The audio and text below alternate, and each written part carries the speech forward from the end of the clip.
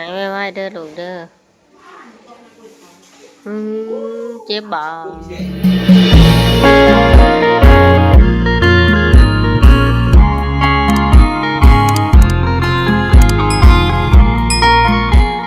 สบายดีสบายดีเบิร์ดทุกผู้ทุกคนเนาะ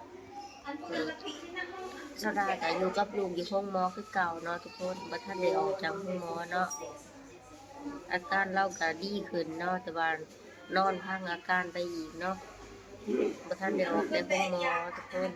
แต่เราก็ดีขึ้นเนาะเราบ่มีไข้เรายังปอดขึ้นอักเสบปอดอักเสบเรายังไอเนาะทุกคนมื้อนี้ก็เป็นมื้อที่2เนาะที่สดาอยู่ห้องหมอกับลูกเนาะหายไวๆเด้อลูกเด้อเจ็บบ่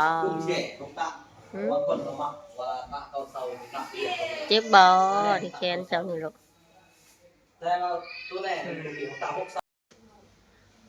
อีหลาเศร้าเด้ออีหลาเด้อ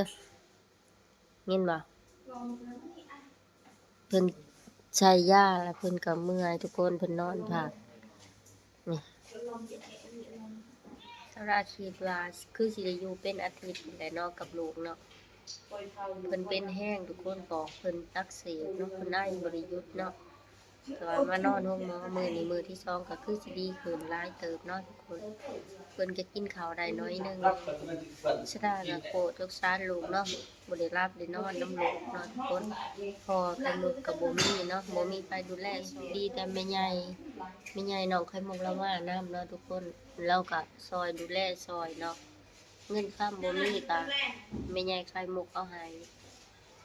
สดาก็บ่มีเงินเนาะมีเงิน 3,000 บาทเลยมันบ่พอครับแม่ใหญ่เราให้ทุกคนเนาะแม่ใหญ่ก็อีต้นล้านกัน